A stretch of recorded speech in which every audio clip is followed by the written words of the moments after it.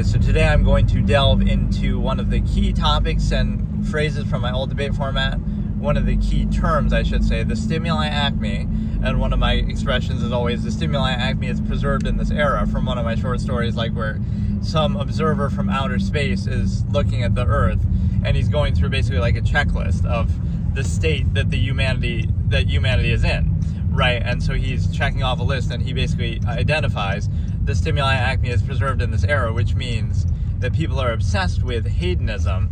I'll explain it in detail in a second. Let me get on a proper stretch of road here, because this last night was pretty bad snow that we got here, but thankfully it's cleared up a little now. But it was really, really bad. It's kind of an interesting moment that, like, you're on a hill, right? And you got to be so careful when you're on a hill when it's icy like that. So you see a guy, like, he's not even accelerating, right, this dude, but he did something actually pretty smart where like he's going down a hill and he's going pretty slow and he's even braking, but he's clearly losing control. So then he deliberately goes into a snowbank that like slows him down and stops him from going all over the place. So it's like a pretty resourceful moment. He goes into a thick bit of snow just because he knows that's going to slow him down, because he's losing control, despite how slow he's going. Hey, how's it going? That's kind of crazy though. So, okay, what is the stimuli acme? The stimuli acme is the concept that that the highest form of value that people know is, first I would say that sort of the hedonistic experience is the highest form of value that people know. And I'll show you some proofs for that in a second. But basically, so hedonism and pleasure are the highest form of value that people know. And the highest form of hedonism, presumably, is sexual in nature, but you could say substances otherwise. But, that's like, it's nature's way of inspiring reproduction. So it's the only way that, like, it makes sense that it would be pleasurable, but that doesn't mean it's like your choice or something that you really, it's the stuff of animals, or it's, even animals don't obsess over it the way that we do. So you have to be aware of this in terms of the context here, that, hey, how's it going, everybody? But yeah, it's like, so the premise is the highest form of value that people know is pleasure and hedonism, right? The stimulus, basically. And the highest form of hedonism is sexual, let's assume, just for the sake of the premise, right? You can obviously debate it if, like, maybe you enjoy some substances more, some drug or whatever, but that's the premise. So then from there, you realize, okay, what proves this? What proves that people are so obsessed with this? Or what proves that's the highest form of value that people know, right? A good example is profanity that I always use. Most profanity has to do with what? It has to do with something sexual. Even if you're not thinking about that as you're saying it, even if you're not, the content of what you're saying has nothing to do with it, right? You can't think of any higher form of expression than that, right? Whatever profanity you want to use, the majority of it has some sexual connotation. So that shows you right there, right? It's like when you get mad at something and you say, oh, God, even if you don't believe in God or you're not thinking about God, right? You just say it. So you're appealing to something. So in a similar way with profanity, like, something really good happens and you say, oh, that's effing great. Or, something bad happens, that's effing terrible, right? You can't think of a higher way or a better way to express what you're feeling, right? Some high form of expression or emotion that you have. You can think of no higher form of expression than to appeal to the stimuli acme, to appeal to hedonism, right? To appeal to that sexual nature, right? You hate somebody and you call them some word, that word is likely going to be something related to sex. Because again, even though the context of what you're saying could have nothing to do with it, right? You could be calling them, okay, you're you're promiscuous, you're whatever, words like that.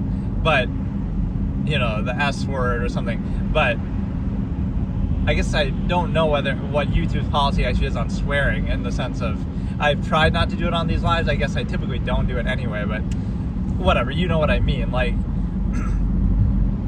so that's the highest form of expression that people know. So that's always like a light bulb moment for people. They realize it's something you take for granted and you don't really think about. But even that shows you how obsessed people are with it, right? So because society limits, getting to the logical razor title here, hey, how's it going? Liz, like, society represses sexual things, right? You can only do it in certain ways, and you have to limit it to one person, and like there's all these rules and restrictions. If you do it too much, oh, it's bad, and with too many people, it's bad. Or if you don't do it enough, or you don't do it exactly the right way, it's bad, right? So it's a situation where you're caught in this half-mast state where, like, on one hand, it's condemned, like, oh, it's the worst thing ever if you do it too freely and with too many people and, kind of uninhibited. And it's also the best thing ever, and it's glorified, and it's the meaning of life, and it's, love, and it's soulmate, and it's meant to be.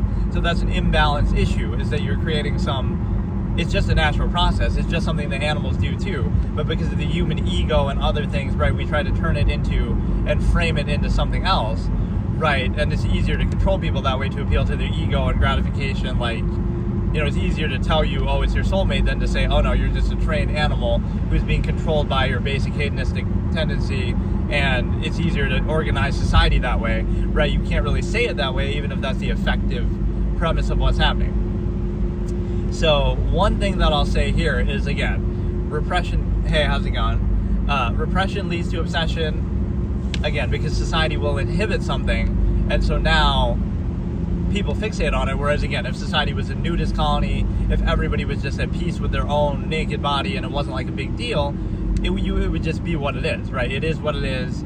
You can still appreciate it, but it wouldn't be like, oh, we saw this celebrity do a little nip slip on the news and it's a big story, or, oh, we do some other...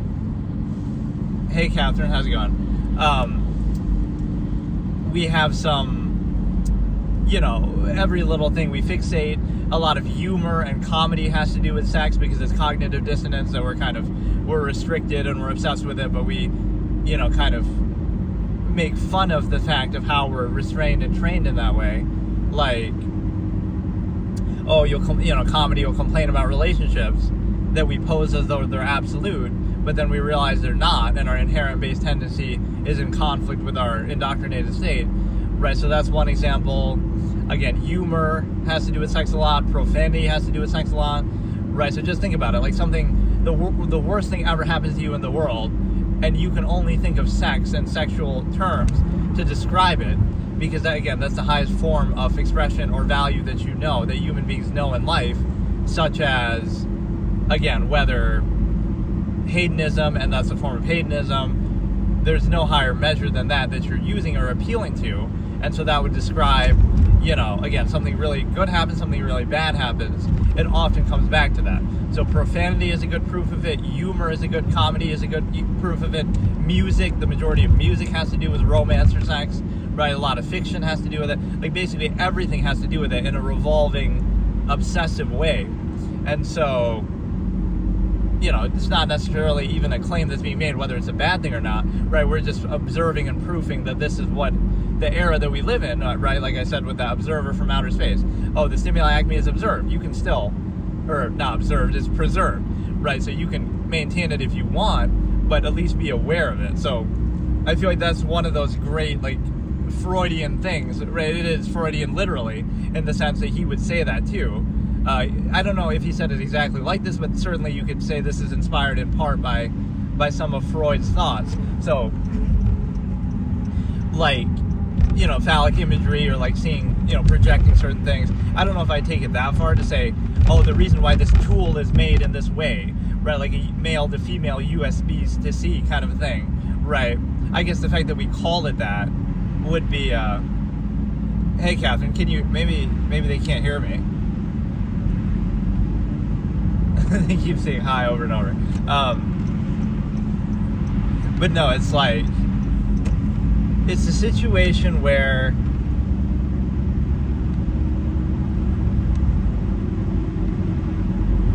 oh, see you later, bye-bye.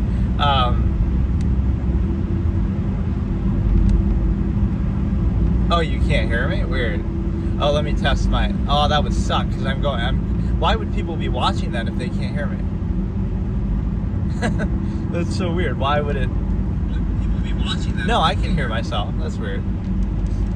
Must be bugged out or something. Or it might be, obviously it's not the best audio quality because I'm driving, but still.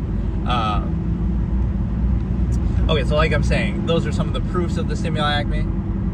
And so, again, humor, profanity, music, fiction, life goals, right? Your society is based around that. your goal in life is supposedly get a white picket fence and marry a wife, husband, and live in a, little, base your finances split down the middle based on your marriage, base your, life goals, your life, you live with that person. You're basing these things around that sexual element, the hedonistic element. Like, it's one thing you engage in it. Like, okay, you can have a girlfriend, you can do what you want to do, right? Nobody's telling you what to do. It's just, should you base your entire life around it? You live with the other person, you share, split your finances down the middle with the other person. Your life goal is based around, this other person because of that reason, and you're limited within it too, like you're controlled by it, like, oh, you can only be with one person. Like, it's so rigidly controlled, and it's like a one-size-fits-all fallacy, right? There is no, that's the tell right there, right? I hate using this term, but pretend you're asexual, and not, like, meaning you're not attracted to either sex.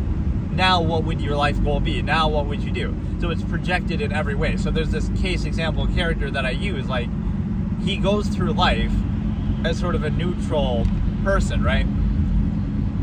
And he never says anything like that, but things just don't apply to him. So it'll still be projected, right? That might not be something that appeals to you or that you care about, but people will still assume it, or you still have to justify against it, or you still have to be controlled on behalf of it. Like, oh, you're part of a society that assumes that in everybody. Like, oh, you're a guy and you're interacting with a girl. Oh, it must be something to do with the stimuli acme. There's 4 billion people in the world, but oh no, because first of all, we're assuming the orientation, like, oh, that you're into that particular sex. But what if you're not into either sex? What if you're, or into the opposite? Or what if your intention in that situation has nothing to do with it? But again, we always project that in everything. You see this on social media a lot, right? Like, if you put a male and a female together, right, in any context that has nothing to do with anything, oh, it's love, it's meant to be, how I met your mother moment, like, this is all that people think about. And so, in every context, so it's incredibly limiting of all human potential, variable that you can do. So it's a little disappointing that despite our technological state and everything in modern times, that we're still so primitive when it comes to that. It's arguably less than primitive because we take some sort of pseudo sophistication and, like, oh, we're gonna dress up and we're gonna, do all this in elaborate kind of way. But that's it's a good analogy. There's these rich people dressed up at a party, and they're drinking, and they're kind of, going through all this money and effort and time. You got to dress the right way. You got to go through all this social interaction. You're doing all that dependent on, oh, you're doing it to impress a girl, or you're doing it to impress somebody. And so you're going through all that. So which one is truly more primitive?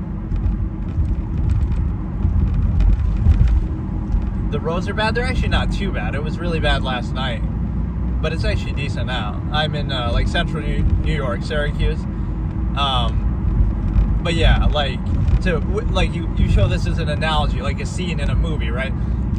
There's this hedonist or minimalist, not even hedonist, but like this minimalist commune who's all nudist colony, and they're all just enjoying each other and just doing what they do with no special emphasis.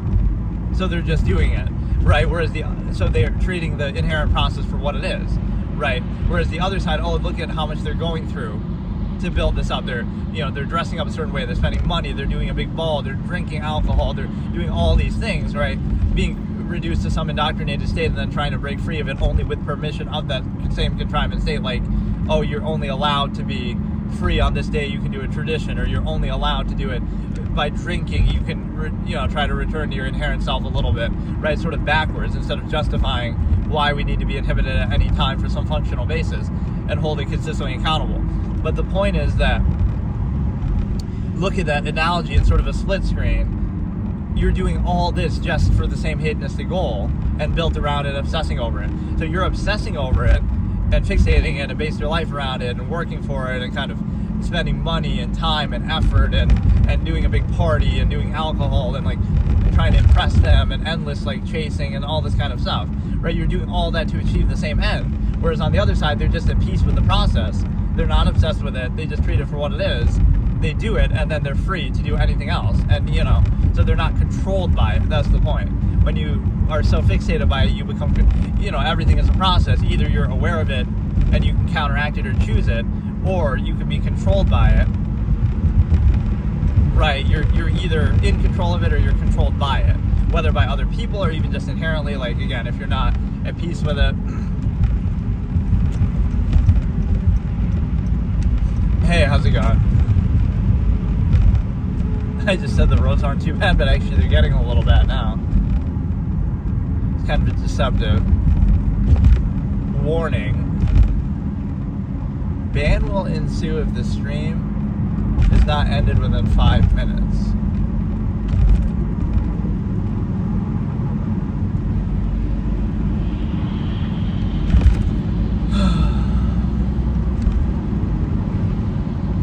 But no, what I was saying is the fact that, you know, it's a situation where, again, like the party of people obsessing over it, doing all this, jumping through hoops, you know, social contrivance, gifts, and, you know, spending money, big ball, big party, all just to achieve this in the end, right? So that's more primitive that you're so obsessed with it versus, again, if you're just treating it for what it is and you're in an inherent process, then you would, you know, it might seem, oh, like that's an animal way. You just treat every process for what it is inherently, and then you decide, you know, you don't attach any special value, whether positive or negative, to it. You just treat it and see it for what it is. So you're kind of at peace with the process, right? So which one is actually primitive, right? You're jumping through hoops to achieve some basic inherent thing, and your whole life is controlled by it and based around it. So yeah, going back to like the asexual example, this individual who goes through life without the fallacy of permission, as I call it, they don't justify anything because they don't feel the need to, because they don't have any incentive, or it's, you know, nothing applies to them, right? They're objective, they don't have that. So like the same incentive or tendency. So they don't feel the need to justify it, but what does everybody do? If you're just neutral like that, what happens? They'll project their own thing onto you, like you must be valuing the thing that they assume based on society. So like, oh, you're a guy, and so if it's a girl, they'll assume that you're into something there, even if you're not.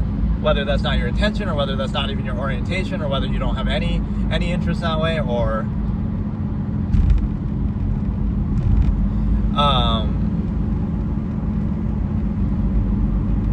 you know, whether you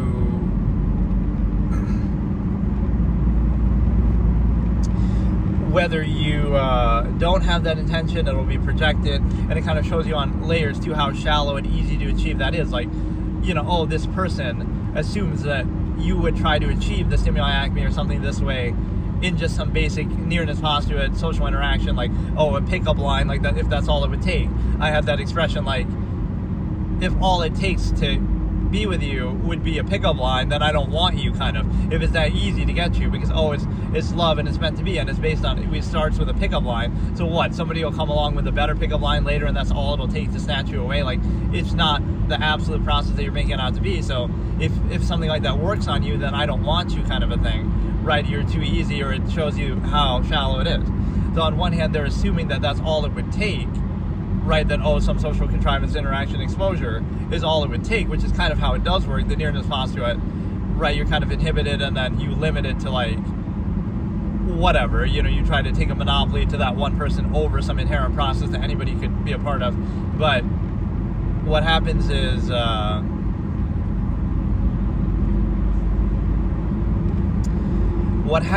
the fact that, you know, you realize that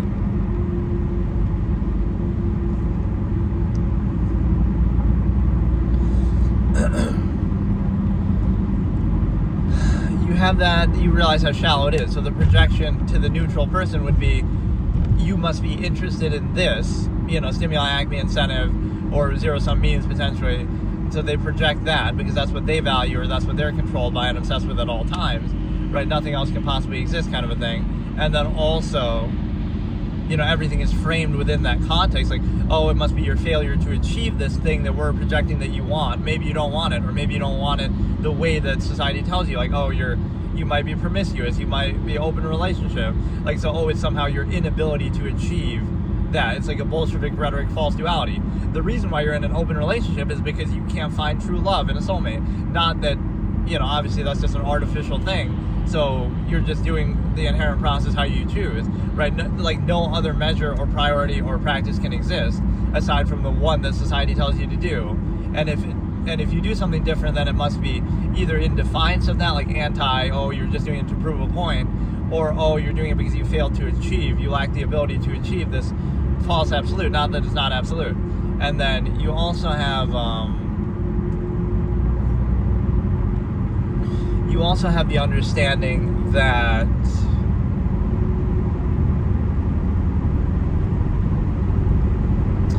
I don't know, just the fact that, again, the layers of that shallowness, like, they project what they're controlled by, right, and assume that's the intent of everything. They see the world only in terms of that. Nothing else can possibly exist because, it would show that they could be free of that.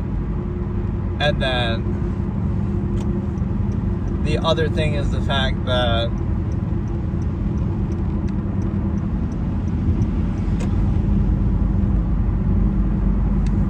right, they'll project that like all it would take is nearness and exposure. So it's an inherent process that you're trying to specify and control that way. Or, again, so if that's all it takes, then it's shallow, and I wouldn't want that basis anyway. Let's say you have a higher standard, it's arbitrary, reactionary, low standard, right? The false duality, failure to achieve, no other measure could exist. And then you also have the fact that, that's the only thing that could be valued. There can't be any other. It just couldn't apply. So that's where neutrality or objectivity reveals the nature of a contrivance state. That they say, like, that's all they care about, that's all they see themselves in terms of, that's all it would take to kind of, achieve the stimuli acme with them. Which shows you kind of the low standards of it too. All it would take is just socially interacting with somebody, and oh my goodness, you're going to rizz them up and you're going to be with them, and that's all it would take. So they have to guard against that because they're projecting that that's what you want, number one, because they're controlled by that, obsessed with it, right, base their whole life around it, project it. And then also it's the fact that, even if that wasn't the case, right, they're projecting all that, but then it's like, what would it take to achieve that? Then they're projecting too, to say,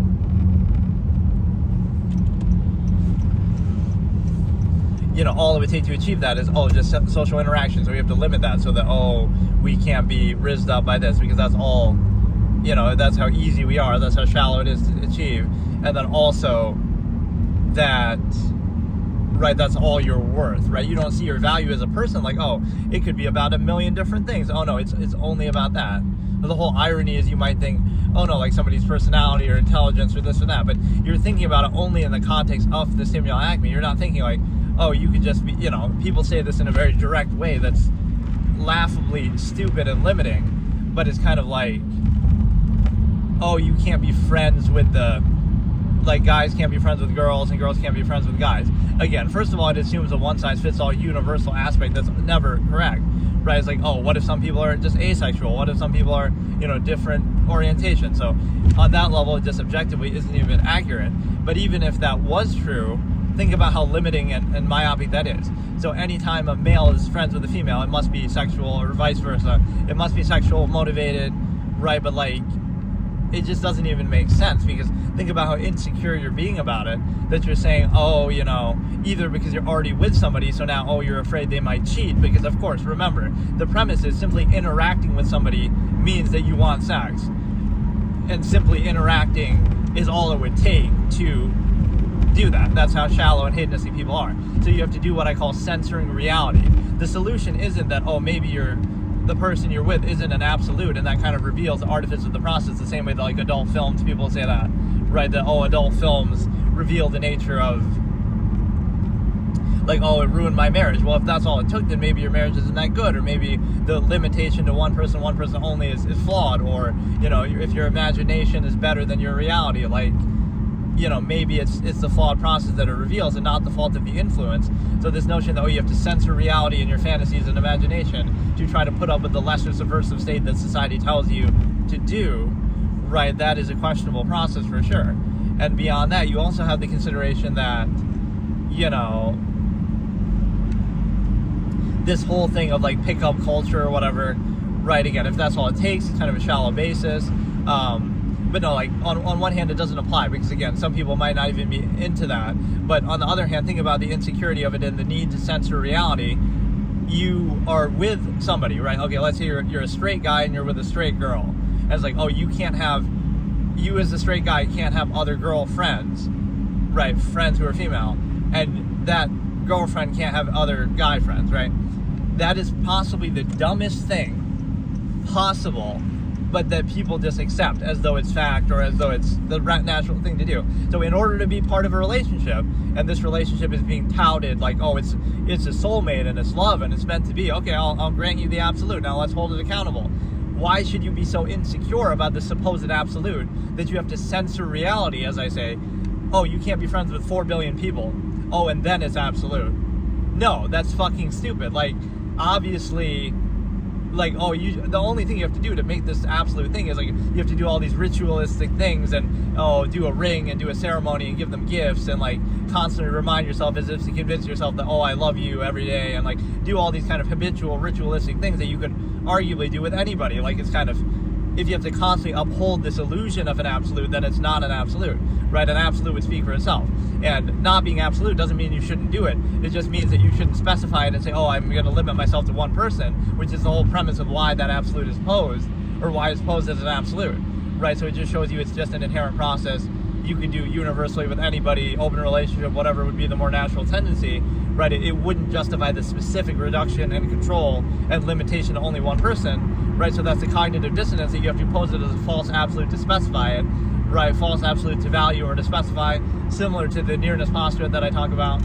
But the other point is the fact that, again, your relationship is so secure and solid and absolute and love and meant to be in soulmate that you're so insecure that you have to censor out of your life being friends with 4 billion people on the planet simply because of your gender, because, oh, you're afraid that might lead to something, right? Now, something is wrong with that picture. You shouldn't have to do that, right? Either you're limiting yourself or it's showing you how shallow and easy that is to do, or, you know, that shouldn't be the solution, to cut out 4 billion people and then, oh, now everything's okay, right? That's always the backwards way that sometimes people will argue, even in like a religious context or something like that. Like, real self-control would be you're free and exposed to everything, and then you decide what you want to do with it, instead of, oh no, we have to, you know, women have to wear like a thing over their head and, oh, you know, and kind of be conservative and this and that. No, it's like, let's take it to the other side. Like, no, you could be in a nudist colony and everybody's at peace, and now you can choose and decide and, you know, have that self-control. So real self-control isn't censoring things out of existence. It's being able to see everything in existence and then decide for yourself what you want to choose or what you don't, right? Instead of, oh no, we're going to hide from it.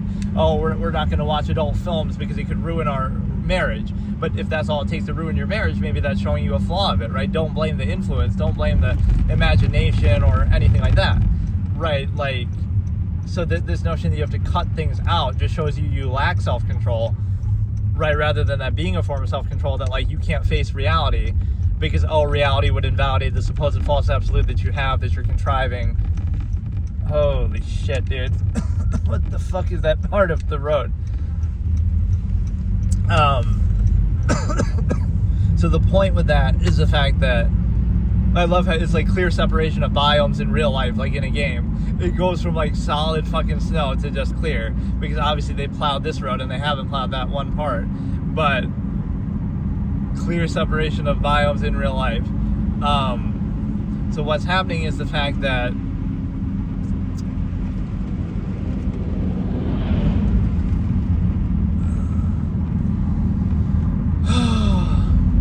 is basically the fact that, again, we discussed kind of the proofs of it, the profanity, humor, all these things we're obsessed with that refer to sex. But in this sense, again, you have to censor out of reality being friends with 4 billion people. So the joke that I tell with this is like, well, so let me get this straight.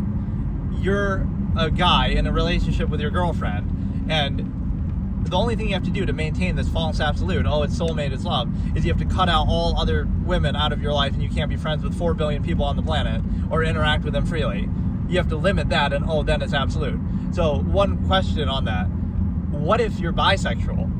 Now you can't be friends with men or women. You can't be friends with all 8 billion people on the planet. You just can't have friends at all because, oh no, you might be attracted to them or something might happen. So if you apply that broken, stupid logic that people do in, you know, monogamous relationships, like with straight partners, I guess, you know, society assumes everybody is straight and stuff like that. But Now, what would you do? Oh, you're both bisexual, so you can't have any friends. Because you might say, well, we somehow feel more comfortable with female friends, but that's only because we assume that they're straight. If they're not, right, again, two bisexual partners have no friends on the planet Earth because, oh no, they could be attracted to somebody. This is how stupid that logic is, and it shows you the kind of false absolute that you're trying to create, right? It's a manufactured absolute. A genuine absolute wouldn't require that level of insecurity that, like, oh, we have to cut people out or we have to, avoid this basic human interaction, right? That would not be necessary. So that's a very telling issue that people kind of take for granted. Because think about all you're missing out on. Like, there's more to life than just sex. Like, you can't interact freely, and it's like a cloud that hovers over everything, right? It might not be, again, you could be that asexual character that I wrote about, right? They don't have any interest in that, but they're still controlled by it, right? It's still projected, and like, oh, they'd have to justify themselves against it. Like, oh no, they would have to say that, like, oh, look, I'm asexual or I'm gay, or like, you shouldn't have to justify it, right? Like, it's assumed of you even if you don't do anything, just because, oh, you're a guy, so you must be into girls, or oh, you're, it'll be projected in everything you do. That must be something you want. That must be something that, everything you're doing is working towards that, or, oh, it's projected into every little area of life, even if that has nothing to do with it. So it's the kind of thing that would be the minimalist's rebuke of contrivance, because you could just be neutral. You don't want anything in life. You're a minimalist. Nothing applies to you, right? You don't seek gratification. You don't have any ego. You're an asexual, everything like that. You're neutral as possible. But you'll still be exposed to those things in a way that, oh, it's projected and assumed of you, even if it doesn't apply to you, that, oh, you must be after this, you must want this. It'll be projected in your life goals in society through media, conditioning, stuff like this. You'll be controlled on behalf of it, like, it's like you're guilty until proven innocent kind of a thing. Oh, it's projected onto you and you're controlled on behalf of that projection, even if it doesn't apply. So if it doesn't apply, then why does that matter? Right? Like, again, it's similar to like absolutist philosophy. Well, I mean, this whole topic is absolutist philosophy, but I'm comparing the minimalist to the absolutist here. The minimalist would be like, none of this applies to me, I don't want it, so why should I be controlled by it? But the absolutist would do it a different way. Like, you'd be so capable at everything that you would remove the need for structure. Like, okay, you say you have to do all these social norms or different things for some functional reason, right? But if you're so good at something, oh, you're the world's first trillionaire and you cured cancer, and if you do extreme things, now those things are no longer necessary and they're actually even an obstacle to you, right? They're actually holding you back. So it's only necessary for an overextended, subversive, collective mass of people that don't actually have true value and are kind of just popping out babies, like, with no regard for human life. But, that's the stimuli preservation aspect. But the problem is that, you're kind of perpetuating a state that you don't vouch for just because you can't control yourself or whatever. So it's not like a well thought out or planned process. And so what happens is you understand that, it's kind of a troll thing now that I think about it. We've gotten a decent amount of snow this year, but the one day we didn't get snow. We got snow before Christmas, we got snow after Christmas now, 26, 27. But we didn't get any snow on Christmas, so it wasn't a white Christmas. There was a little snow on the ground still left over, but like, the one day you actually want it, we didn't get it. And then every other day, before and after, we've got a lot. Like, that's so troll. Right, it was literally melting just in time for Christmas. Yeah, that's the stimuli acme could go on as long as that other topic too, the stigma effect, right? That these could be like, I was doing like episode 9.1, 2, 3, 4, so like that's still ongoing. So I could do for this is just too overwhelming of a topic because there's too many things to go into, and it's kind of the whole blight of the era, in fact. But just think about the hypothetical character, right? I'll use that to frame it. You're an objective person, you're kind of neutral, you have no ego, you don't want anything. Right, like you're somehow just, again, you're asexual, whatever it might be. And so because of that, now you go through society and it's like, you see all these things that other people are controlled by. You see it in marketing, like, oh, look, there's this thing that you would see through the nature of the process, which you can do anyway. Like, you can just be objective and self-aware, but people often aren't like that. They're controlled by the process instead of, again, being aware and self-reflecting on the process. But you would see all these things and you would kind of question them, like, okay, they don't apply to me, they control other people. But then you realize that's how things work. Like, if enough people, a collective mass, like, 90% of people are controlled by this thing, that thing becomes the supposed reality.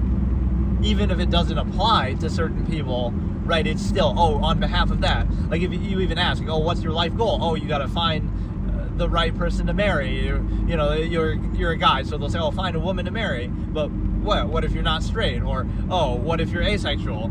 Like, now what's your life goal? So they can only think in terms of that. It must be sexual, it must be this, right? It must be hedonistic. So there's no other perception that even exists. Like, what else? Okay, pretend that's off the table. Then what is the life goal, right? And people can't even think like that, let alone live like that. Just hypothetically, pretend sex didn't exist. Now, what would you people do with your lives? It's like, again, doesn't mean you can't still do it, but like, it's a sad commentary that it's so pervasive that by simply being neutral and doing nothing. I have to do this as like a social experiment kind of prank, right? You go up to random women and approach them, and you're talking about something totally different that has nothing to do with anything, and you have no incentive. But guess what will be projected? This creepy guy is trying to pick up girls. It's like, you just can't even perceive something outside of your own, limited stimuli acme that you're controlled by. That shows you how deep the control is, right? It is projected and applied even where it doesn't exist, right? That is the ultimate example to show. And so this hypothetical character that I'm saying is like, they don't believe in the fallacy of permission, or like, they have to justify themselves, like, they'd have to say that, look, I'm asexual or something, or I'm, whatever. You shouldn't have to justify that, right, when it doesn't even apply, or you don't feel the need to overcompensate, like, you have to be all nice and friendly, or you have to, put up some performative aspects, put up a front. But you don't have to do that, because there's nothing, you don't have any incentive, right? So it's the opposite interpretation. Like, somebody who's super friendly and nice, they're only doing that because they have some incentive, because they want something. And then somebody who's neutral and bland kind of is like, they don't want anything, so they're just being neutral. But that'll be seen as rude or negative. Or somehow like, they must only want blank, even not that they don't want, and they must only want blank, but they're failing to achieve it. They lack the ability to achieve it. Not that they don't want it at all in the first place. And the other person, they're so nice, but they're only being that way because it's dependent over extended pretense that they want something. So, right, they're just using that as a tool. So it's kind of a backwards way of thinking. So yeah, it's a situation where that type of example is what will illuminate it, I guess, best. It's just like, pretend it didn't apply to you, and then you'll realize, right, wow, how much are you controlled by it? How much do you sacrifice for it? How much do you obsess over it? How much do you base your life around it? How much do you, go through hoops and do all these things, and you're working, spending money, you're throwing your whole life away for this thing, right, based around hedonism. How much are you really being controlled by it and obsessed with it and fixated on it, instead of being in control of it more so yourself? As in, again, you can still do it, but you would do it freely. You wouldn't limit it to one person. And it shows you the lengths that society goes to create this construct, that like, you have to be so inhibited, so kind of brainwashed into doing it. Again, not to do it at all in any context, like, but to be pressured to limit it to one person and to do that in sort of, anytime something's uniform like that, right? It'd be said like, yes, everybody on the planet Earth wants to get married and be with one person only, right? No other option could exist. Not that maybe you just aren't interested in sex, you don't care, so you'd be with nobody, or you could be with everybody. Again, the minimalist versus the absolutist. You just don't even care about it at all, so you're not with anybody. Or you're with everybody. You could be open relationship, you could be, whatever. So you could be either of those, but no, only this half-mast way can exist, where you're still controlled by the process, or you are controlled by the process instead of being either free of it or free to do it as you see fit. It's kind of halfway. You use a half-mass reduction of that same inherent process to be controlled by it, right? So that's why contrivance sort of falls on itself sometimes. If you do something too much that's considered positive, it's bad. And if you don't do it at all, it's also considered bad. But that's sort of the tell, and the absolute is accountability. Like, something is glorified, like, this soulmate and it's love and it's meant to be. But if it was, then why not? First of all, why does it require you to censor reality and stuff like that? But second of all, why wouldn't you do it more then? Oh, if it's so good with one person, then why not do another? Like, this sort of possessive way that we look at it, right? We kind of define ourselves by that. It kind of ruins the whole, I don't know, like the way that the female gender is, like, it ruins it in this way, right? In society's treatment. Like, on one hand, it's privilege. Like, oh, you get pretty privileged, so you won't work as hard, or you rely on that, right? In men, or like you get gifts or benefits or whatever, right? You get certain things. So that's not bashing the women for doing that. It's more so saying that society kind of creating a negative thing, because now if they have the option to do that, it creates the wrong, stereotype. So, right, it's society's fault for focusing on those things or rewarding that. So that's number one, right? Just by simply being a female, right? That's it. Like, female privilege, pretty privilege, whatever. And on the flip side, it's like, it's also, I don't know, it's just kind of a circular fallacy that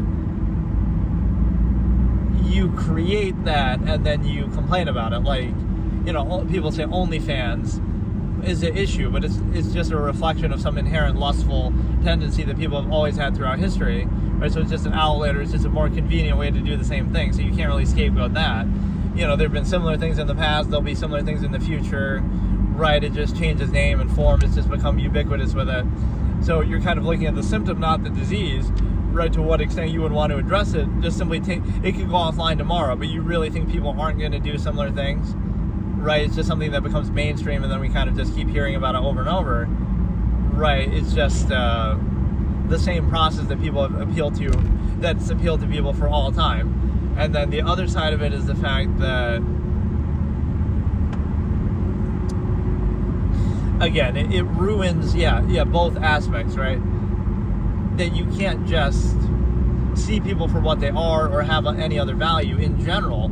Even in this context, people say, oh no, but you love your wife's intelligence, or you love your girlfriend's intelligence, and she's funny and witty, and you love her personality. No, but that's even still in the context of the stimulant acne. Like, not in the context of that. I'm saying, why can't you just appreciate people as people, period? It doesn't have to be based on, oh, you're in a relationship with them, now you can appreciate that, and only then. No, you could be friends with anybody on the planet, somebody of the same gender you're attracted to, or somebody, whatever, of the opposite gender, right?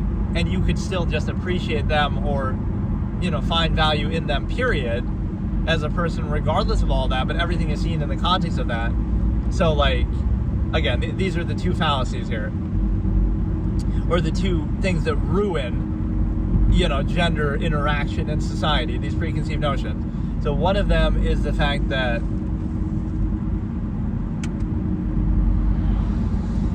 of the privilege that creates like an overcorrection issue that's like, well, if women get all these privileges and pretty privilege and get spoiled and sugar daddy culture and whatever, they can do OnlyFans and, a lot of appreciation for their looks, it's not their fault, right? It's arguably even to their credit that they can create just the right look and do makeup the right way or whatever it is, or their natural looks are an asset that they can use to their benefit. That's fine. But it creates like the wrong standard then, because then all of society is sort of built around that or weakened by that. Like, well, it's not a meritocracy anymore because you're kind of appealing to that subversive standard. So now you'll say, right, like, oh, somebody works all day and they believe in merit at their job, but then they come home and spend their money on one of these e-girls or something. Again, it's not their fault, but it's the person rewarding that. So you're kind of subverting meritocracy, but then pretending to value it at the same time. Like, you can't do that because, it's just not a sound process. And so it creates kind of the wrong mindset of that culture, though, of, like, again, either expecting that or expecting some sort of privilege or special treatment, even some overcorrection fallacy of history, like, well, women throughout history have been mistreated a lot, so now it's like the privilege that you get in revenge for that. Oh, now we can suck men dry on OnlyFans and make millions of dollars using that, the privilege that we get. But that's not a good answer either, right? That's like not true equality either. Privilege is inequality.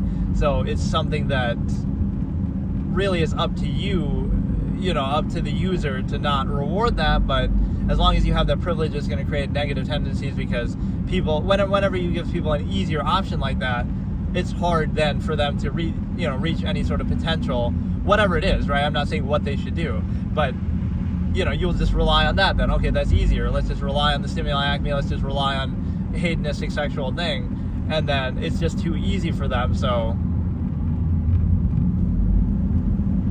right, so a lot of people are going to do it. Whatever's easier and makes more money, right, they're just going to do it. So they'll take advantage of it. So the real power of self-actualization comes in this way, where somebody who benefits from something rejects it themselves, right? So like, somebody who's wealthy tries to tear down corporations, right? Because who else could do it? Because people who are poor can't do it. You say, you're a hypocrite, but only a hypocrite could do that, because it's like, yeah, some ordinary everyday person doesn't have the power or the influence to do that, although collectively they still could if they, proper protests and stuff. But like, no, it takes one of the privileged elite to themselves turn on that structure and try to expose it or tear it down, right? So you'll say, but this person's wealthy and they were created by the same process, or they're privileged, they're spoiled, right? They're a hypocrite.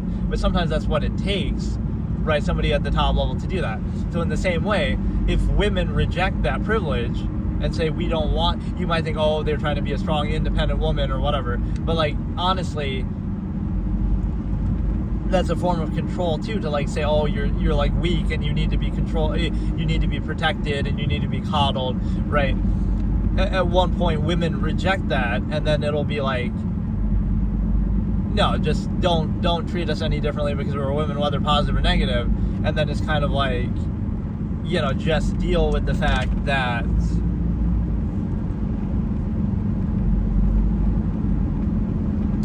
right, deal with everything, let it speak for itself. And so now you understand that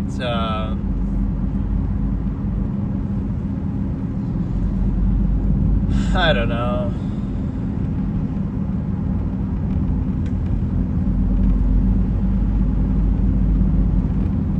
This you get from like the wind gust and stuff. It's like, it's been plowed, but all this comes back from the gust of wind, blow some of the snow back. But no, it's like, I like how people are fascinated by that more than anything, though.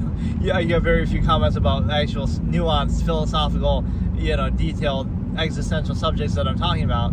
Most of what I get is, the snow or where I'm driving, which is, it's fine. That's why I'm doing the IRL camera stuff now anyway, but it was like a bonus. I was just doing these streams while driving anyway. But then I figured, okay, I may as well show the camera instead of just showing the screen, which is like just like a notepad.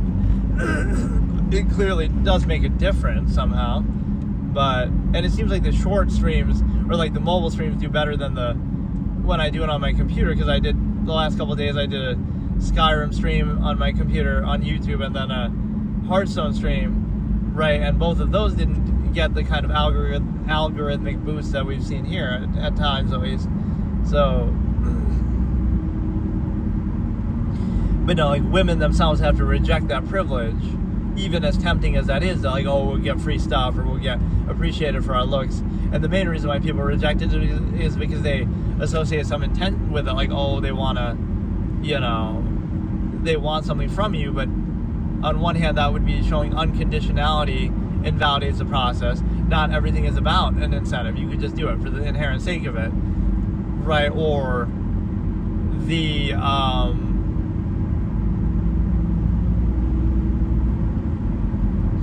or again, just women themselves have to reject that and say, okay, let's reject this privilege. Let's just, forget about all this. But it's a very primitive mentality, very basic surface level that we operate at and are controlled by and insist upon, right? Like even GameStop. GameStop hired Riley, the Best Buy girl, I guess, and everybody's losing their mind about her just like simply standing there and just, like it's some goth vibe that she gives, but she doesn't even look that goth.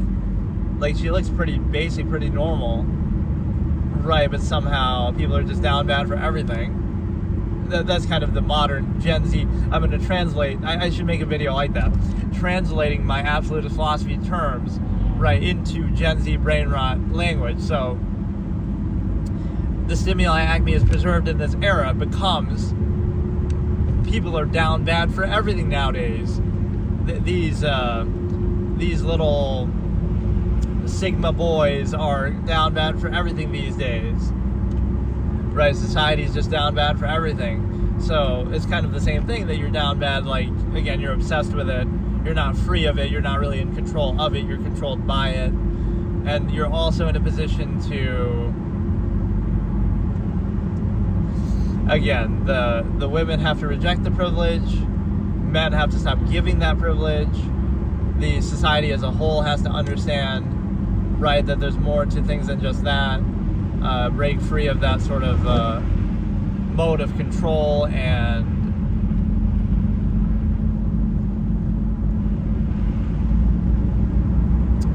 right, you understand that.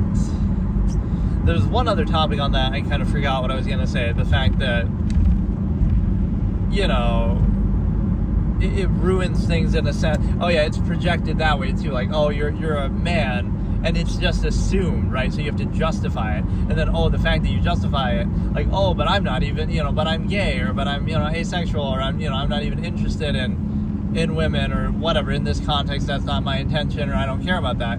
But why do you have to justify that when you're not, you know, it's being projected, and then you have to justify against that projection that could be completely false and baseless? Or you have to, like, you know, get the, I call it the fallacy of permission, like you have to get permission to do something, or, you know, against these things that you're controlled by that don't even have any basis to them, right? So why should you have to do that? So again, if you don't have any intention, then you won't feel the need to justify it or put up a front or performative aspects. You could just be neutral. You don't want anything, but it's projected like you do, and then it seems to be validated either way, right? It's a self-fulfilling projection. Like, so again, a random guy walks up to a girl and is talking to her, and it could be about something totally, they have no sexual intention, whatever, although we just assume that universally. That's the only reason why anybody could ever have an interaction with another human being, is in some sexual motivation. But now it'll be projected, oh, you must be into something sexual, right? You must, oh, you're trying to hit them, rizz them up, or you're trying to, you know, whatever, right? Flirt with them and pick them up, even if that's not at all your intention. So, or even your interest, it doesn't even apply to you. So now it's like, if you say that that's not your intention, right, it's not even like they'll have to verbally accuse you, right? That's just projected, that's just assumed. So now, oh, if you deny it, right, if you say, oh no, that's not even my interest, it'll seem like that validates. It's either denying it, that means it's true, right? It's like an interrogation or police kind of fallacy. If you deny it, that must mean it's true, right? You look at them, they're a liar, they're denying it. Or on the flip side, if they don't say anything about it, or don't address it, or are just neutral, that seems to validate it too. Like, oh, look, we got the last word, and we can accuse them, and they don't feel the need to say anything because it doesn't apply to them, and they don't feel the need to justify something, right, that doesn't even apply, but that seems to validate it too, right? So, like, that's one of the weakest points of contrivance, is it sort of preys on it preys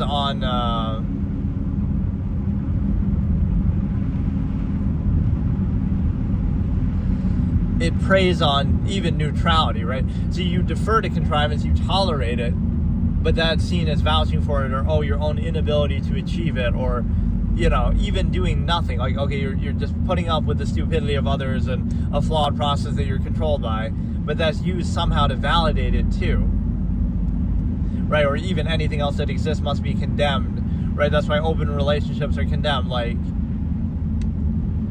you know, nobody could genuinely do that, or want to do that, or be happy with it, or have any other practice than simply this contrived monogamy that's easy to control in society. Nobody could possibly, out of 8 billion people, want to do anything different, right? And so when they do it, oh, it must be attacked, like, oh, it couldn't possibly work, or those are just bad people, or we have to condemn it. We condemn it not because there's actually anything wrong with it. Might be a functional basis that we could argue, but that we almost have to condemn it, because otherwise you might question, oh, we might want to do it ourselves. And you say, oh, they don't work, but like single partner relationships don't work either. Like over 50% of marriages end in divorce and stuff like this. So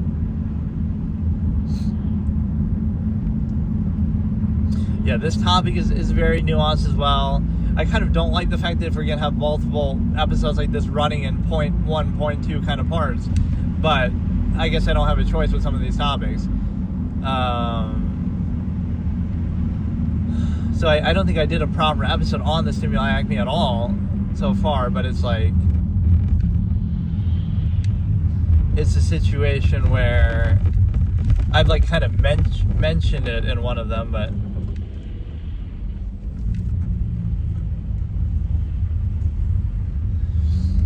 right, like some of these will overlap. It's not like just because it's the episode I can't discuss other topics. A lot of them are often tied together, but this road is always a bit of a nightmare, but I don't have a choice but to go on it, the one kind of coming up, or even this one. So, and see, like, this is a fallacy of just general society. Is like, the real danger isn't like the roads or yourself or anything like that. It's like, oh, it's your inability to overcompensate or account for the flaws of others. Like, the only danger is other people. If there's nobody else on the road, then you're fine. You can go 10 miles an hour. You can do whatever you want. So it's only, you only have to worry about other people are the issue, not you, or not even the circumstance around you that you could be aware of and account for. But oh no, it's the human variable that you have to be worried about. It's the unpredictability and stupidity of people, right? It's like a line that I think Bill says from The Last of Us, like, where he's like, oh, it's the people I'm afraid of, right? At least the zombies, the whatever, the infected are predictable, right? Like animals or nature or whatever, you can like work around, but you can't do that with people, because people are just dumb, or they're just, again, they're unpredictable. But yeah, those are the good proofs of the stimuli acme. Again, profanity, humor, music, media, marketing, entertainment, life goals, everything like that, right? Everything is based around that, even on a basic level of social interaction. Like, it's shocking that would be the way it is, but it's kind of like how everything is ruined by what I call the rule by omission protocol. Like, what's already established and what already controls people, it'll apply to you and be perceived by you, even if it doesn't apply to you at all. So if you're kind of neutral, unconditional, you don't feel the need to overcompensate or justify anything because it doesn't apply to you, you'll still be projected into that. So, like, you know, you have to kind of control people through that because they're so used to being controlled by it. Whereas if you're genuinely free of it and neutral, that'll be projected as a negative. Like, oh, they must want that thing, but they're just not subtle enough about it. Or, you know, they're just not good enough at getting it, kind of a thing, or they're not appealing to the way that we typically are controlled by it. Not that, oh, it just doesn't apply to them, or they just don't care about it, right? And so it's a situation where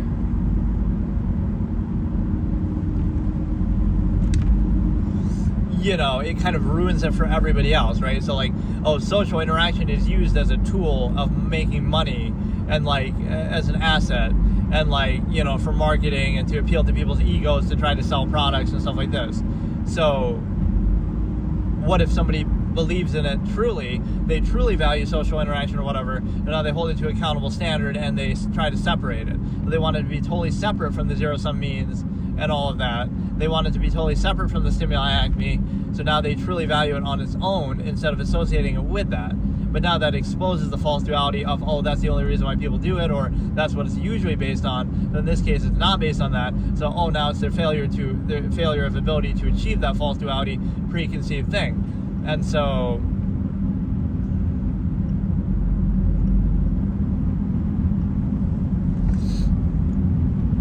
right, so it kind of ruins it for everybody else, these two projections. The projection of zero-sum means, like, oh, you must want money or something, or the projection of the stimuli acme that, oh, you must want sex or some hedonistic thing or whatever. And so what happens is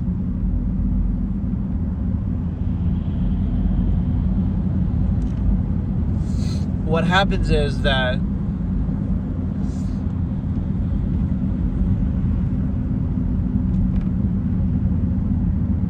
right, even if it doesn't apply to you, it'll be projected, and then you have to acquiesce to the way that people are already currently controlled, even if it doesn't apply to you and isn't what you want or whatever. And so, right, like, oh, you don't have overcompensated performative aspects because you don't feel the need, because you don't have an incentive tied to that. And so Content Fan Hub. He should have a more convincing username though if he like is trying to do that as a troll message. Ban will commence, ensue, or ban will ensue if live stream is not ended within 5 minutes. Right, his name should be something like YouTube related that people might actually fall for or might actually be convincing. And so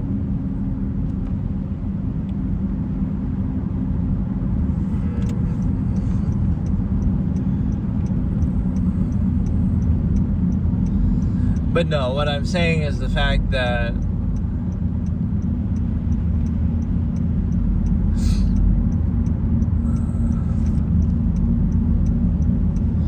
I don't know, it's just the fact that,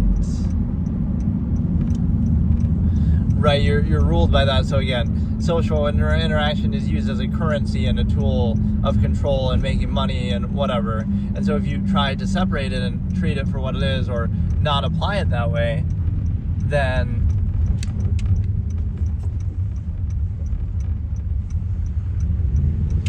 right, if you try to not apply it, you say like, oh yeah, I truly value people and social interaction or whatever. If it's valuable, then I'll separate it and treat it in and of itself, and I'll try to keep it separate from that. I don't want to use it as a tool or associate the two.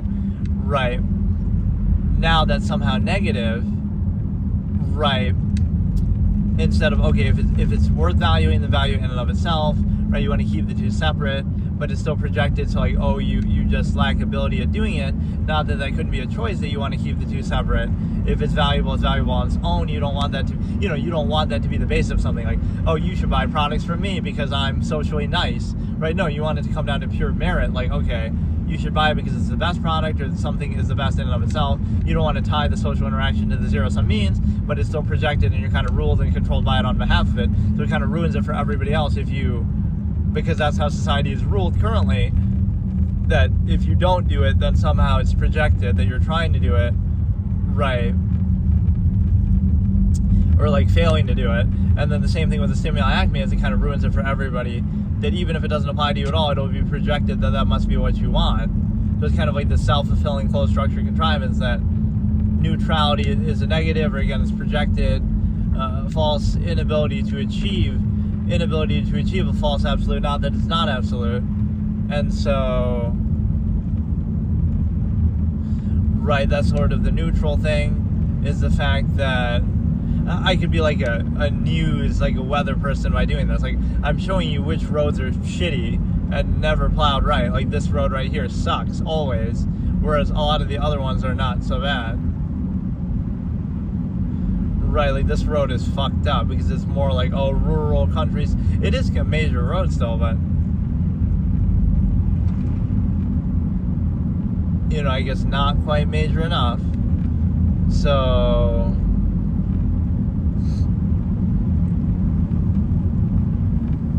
the thing is that you kind of want to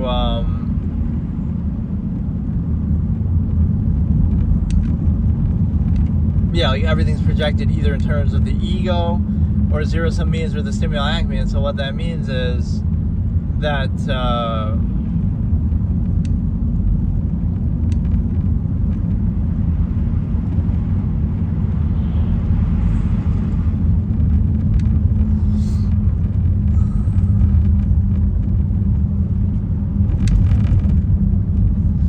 right, like it's one of a few things. And so what that currency to try to get people to buy things, everything. So like, oh, you must be wanting that, and everything is about that, even if you're neutral and objective and that's not what you want, right? And that just doesn't even apply to you. You'll still be controlled by on behalf of that, or projected, or like that's assumed that that's what you want, or that's like, you're defined by it even if it's not something you even care about or interested in. And so that shows you how strong it is that it'll be projected. And then even beyond that, you have like, there's like a third layer that I was going to talk about too.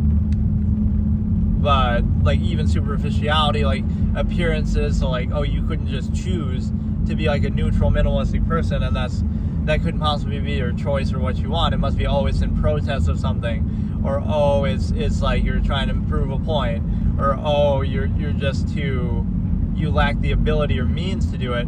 Not that you could simply choose not to do it or to do something different. And so there was kind of a different point though on that. Again, the zero-sum means projection, the stimuli acme projection,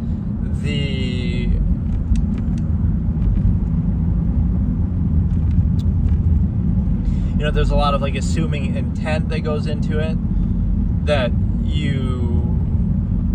society will assume for you and everyone like what they want, right? But what if you have a different measure, like the longevity process versus half-mass hedonism that I talk about, like where, the goal is that everybody's trying to live as long as possible, and that's how society is designed, and even on a empirical authority basis. But what if it's not?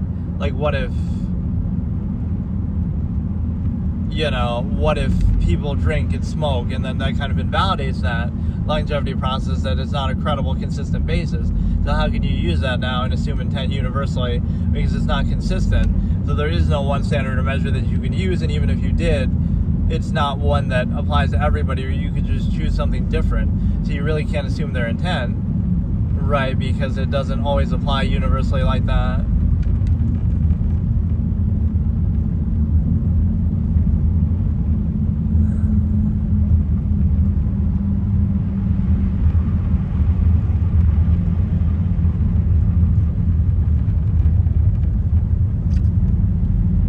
Kind of tired, but I kind of want to show you this whole drive and just how shitty this road is. Like, obviously my car is not the greatest, but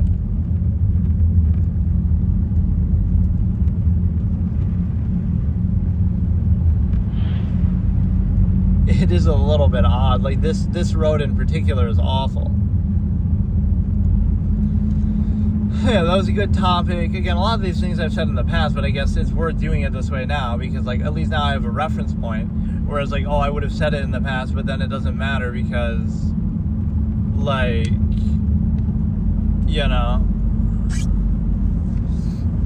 I have nothing to refer to because I didn't save it or I didn't upload it or whatever. Whereas now at least I have that done, so now, like now I can refer to this, although not the exact, I won't know exactly what part of it if I'm talking about a certain topic, but at least like, okay, this expresses a lot to do with the stimuli acme. And again, it's not even making a claim, it's just an observational basis. Like, the process is present, and so you can choose what you want to do with it. But that's kind of the fallacy of permission and the, sort of the need to justify or overcompensate, right? That you just be neutral because there is nothing there, right? You don't really care, or it doesn't apply to you, so why should you have to justify it? It's like, they want you to be, everything will be projected into you, like, that applies to you, and now you have to kind of appease the process to be controlled by it. But like, if it doesn't apply to you, now it doesn't matter. You don't care. You're unconditional. So why do you have to prove anything or justify anything? Right? Like the ego. Oh yeah, that was the third one. So everything is projected into the ego basis too. So like, again, you have zero-sum means, like, social interaction tied to zero-sum means, like money and stuff. Well, what if you want to separate it? Or like a cult of personality popularity contest thing, or like as the defining factor to specify that goes against meritocracy, or like again the stimuli acme, which goes against the inherent value of people, that like, that's like the only way you could value them, right? Value people, not inherently, or there's some incentive tied to it. And then the other one is the fact that the ego, like, everything proves something, but then you realize, nothing proves anything, because it's just a zero-sum process. It's just zero-sum. It's ends to means, cause and effect, results, speak for themselves. Doesn't matter. You'd be looking at it like, you're just doing this. It's just reaction relief to inherent tendencies and needs that you didn't choose, right? It's zero-sum means, zero-sum self-interest. So it depends on how much you desire or require, so there's nothing to prove. Yeah, right, it doesn't prove anything. It's gratification for overextension, right? You don't require that much in the first place. You don't need that much, right? You could just be a minimalist. So it's kind of like, you would prove something or derive ego. You would derive ego from like, look how much money I make or what I have. But the fact that it could be the opposite. Like, it's negative that you require or desire such things or derive value from them, because somebody could be perfectly content as a minimalist. So now what? It's not about how much you can achieve like that through some contrivance state, a zero-sum means, non-basis self-interest, zero-sum process, right? It's about how much you require or desire in the first place. And so, right, if you require and desire less, is that something to be gratified about then instead? Like, oh, you're, especially a good example is like the environmental kind of nonsense, right? You'll be, oh, I'm some big time CEO and I'm donating to all these environment causes and I'm trying to, do renewable energy, recycling and stuff, right? Oh, what about the minimalist who's just living in a very, very non-consumptive way that doesn't require electricity or any of this technology? They would completely remove the need. And so who is truly helping the environment more? Like you say, oh, but we're helping. It's like a halfway process. You can't give up the modern conveniences, but you want to try to pretend like, oh, look how good I am. I recycled the bottle, or I'm doing all these recycling projects and stuff like that.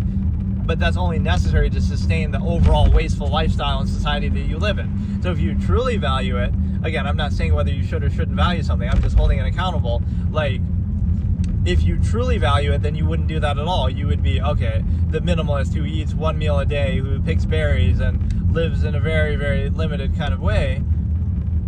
That would be, if everyone was like that, then there would be no issue with the environment. It's kind of like a self-created issue.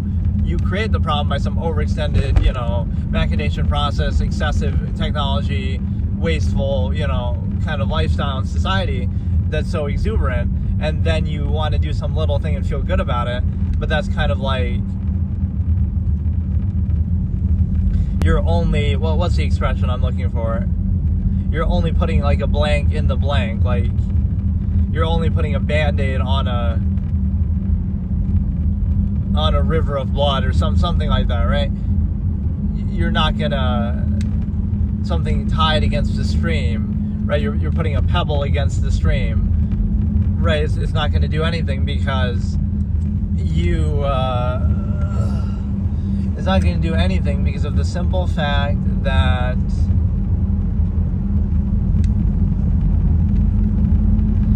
right, you're only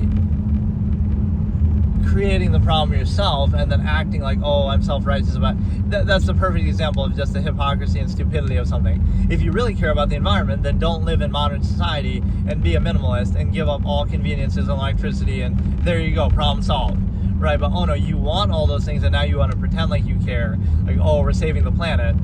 You couldn't destroy the planet if you tried, right? We could launch every nuclear bomb we wanted. We could try to destroy the planet. It survived much worse than us. It survived meteors and, ash clouds and the Great Death and, mass extinctions, and, the Earth's been through way more, right, than we could ever do to it.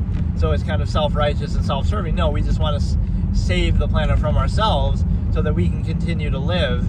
But that's not enough, right? So you look at some old minimalistic tribe like, oh, Native Americans or something, why not just live like them? Or even current societies, some places still live sort of like that. But, you could do that if you really cared, but that shows you don't really care. You're just doing it for self-gratification, right? Because true value would remove the need, right? Absolutist practice or true value would remove the need. If you value something, then you would do it fully, right? Otherwise, don't pretend. But, oh, you're trying to do it halfway within a flawed process of like, of basically the ability to, oh, you want to live this exuberant lifestyle, but then you want to kind of chip away and like, okay, but we don't really care, but we're gonna pretend to care, and we're gonna kind of do it like this, where that's another clear separation of biomes moment, where the plow trucks actually fucking do their job, but you're gonna pretend like you care and like, oh, I'm gonna drive a car and I'm gonna do all these things that are wasteful in society and electricity and this and that, but then, oh no, I recycle one bottle and I feel good about myself. Like, so you don't really care, you're just pretending to, because if you really care, then you can put an end to a process tomorrow, like, and I guess the only reason why you couldn't practically do that is because there's so many people that, oh, that's why we need some of these things, right? Only necessary by overextension. Like, you need running water and electricity. Why? You don't really need them, but you only seem to need them because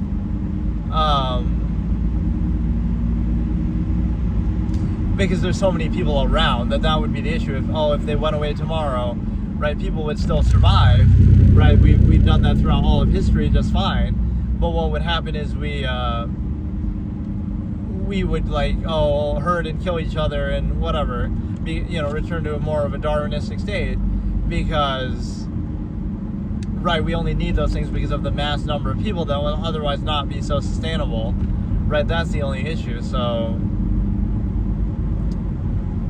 but no, I like this one point too, is that as skeptical and cynical as people are of one another on an individual basis, it's amazing that they aren't more skeptical of each other on the mass scale, or on the larger process of government or people in power. There's some amount of cynicality like that, but it's not the same. You interact with somebody on a day-to-day basis, or whatever, somebody you see in person, and you hold them more accountable because you're kind of more initial minded, that you think of, oh, look, I'm perceiving stuff with my senses, so I'm going to judge them based on that. That's not necessarily a bad thing to do, although it's not entirely credible, because, if somebody's self-aware themselves, they'll know that they're being judged, so they'll present themselves a certain way. So really the people you judge negatively might be somebody who don't care.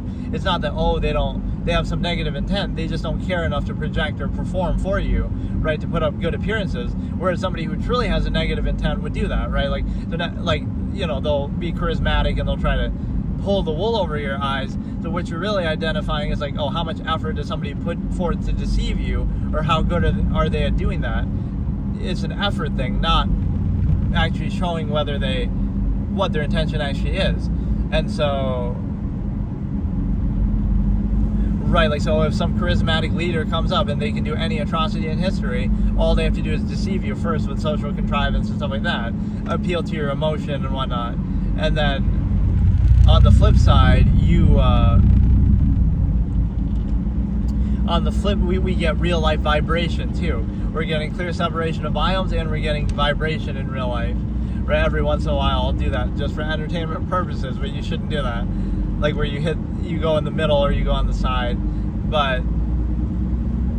And based on the camera angle of where my phone is, it always looks like I'm kind of driving on the side of the road, but I'm not. Right? Just because you're in the passenger seat angle, the camera. But yeah, it's a situation where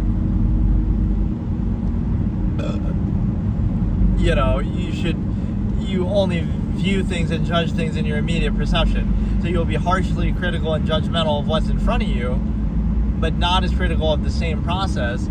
So you defer to invisible authority, or you give the benefit of the doubt of somebody who's out of sight, out of mind, right? So the big time CEO, you'll give them the benefit of the doubt because they're not in front of you. Even though they could, if you knew what they were doing, or if they were in front of you, you would judge them even more harshly. So you're kind of deferring to the process at the myopic initial level, right? What is shown to you is what controls you and what you define things by. So, you'll judge the cashier and you'll, give them a hard time, or even give them benefit of the doubt, but you'll ignore the man behind the curtain, this big time CEO that you would hate if you knew everything about them, and the Elon Musk effect. It's not that Elon Musk is uniquely bad or anything like that. He's just more open about what he thinks. So if everyone else was that open, like Jeff Bezos or whoever, you might have issue with them too, right? But they're just not as open about it. Or even the, so that's the main point, is the fact that it's a situation where you give the benefit of the doubt to something that's out of sight, out of mind, even if it's by the same process, right? It's sort of defer to invisible authority, in the sense that, right, you look at everything in terms of some contrivance state or some control, so you don't, your preconceived notions can never be wrong. So if they are, you say it must be because of some other influence, right? So you have this false duality of, everybody and everything works this way. And if it doesn't work that way, it can't be that your perceptions are somehow flawed or easily controlled, right? If somebody exposes to you how you're controlled by other people, you'll just complain that they're not controlling you well enough, not that they're exposing the nature of the same process that controls you typically, right? You'll just say, that person's just bad. Not that, they're, Trump kind of does that in a way. It's not that he's a good guy, but it's he could expose to you everybody else, corporations and rich people in the media and stuff, they've been controlling you this way all along. And how do I know? Because I benefited from it myself. But now if I show it to you, you'll say I'm the bad guy, And the media will say the same thing too, and the elite, because they want to have that secret sauce of controlling you by that same way, right? Even if it's like, yeah, it might apply to him, but it applies to everybody too. So like, you can be like sort of a martyr in that way, that like, okay, you can hate me as much as you want, but I'm exposing to you that everybody's like that, or that's how it always is, right? You're just having the wool pulled over your eyes. So it's kind of like, right, it's the same thing, because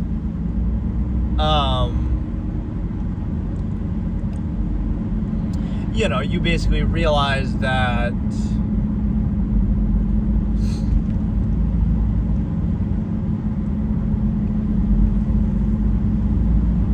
if somebody was in front of you, or if you knew everything that they thought at the higher level, right, in a position of authority, you would hate them. But if they do the same thing, if somebody's in front of you, then you'll judge them. So like, just stay out of sight, out of mind, and then they'll give you the benefit of the doubt, and you're perfect and everything like that. But then also, it's like, if you break their preconceived notion, it's like, you don't realize the same process could be at work, right? So like, somebody's in front of you doing the work themselves, or whatever, and that's negative, but then the same person is out of sight, out of mind, right? And now it's positive because you're not thinking about it, not because the same process isn't present. So you're punishing somebody for doing it more hands-on, and you're rewarding them for just doing the, you know, again, rule by omission. You can just stay out of sight, out of mind, and that's a good thing, even if the process is exactly the same. So really what's being exposed is the kind of, is what I call, again, the initial basis, because it's how well they're revealing or performing to you, not what the reality actually is. So if you're neutral and it creates a more honest, objective thing, then, right, being honest is a bad thing, because people want to be controlled by artifice, or they're so used to being controlled by it. So that's what ends up happening. So it's a situation where, you know, I don't know, they're just used to it, so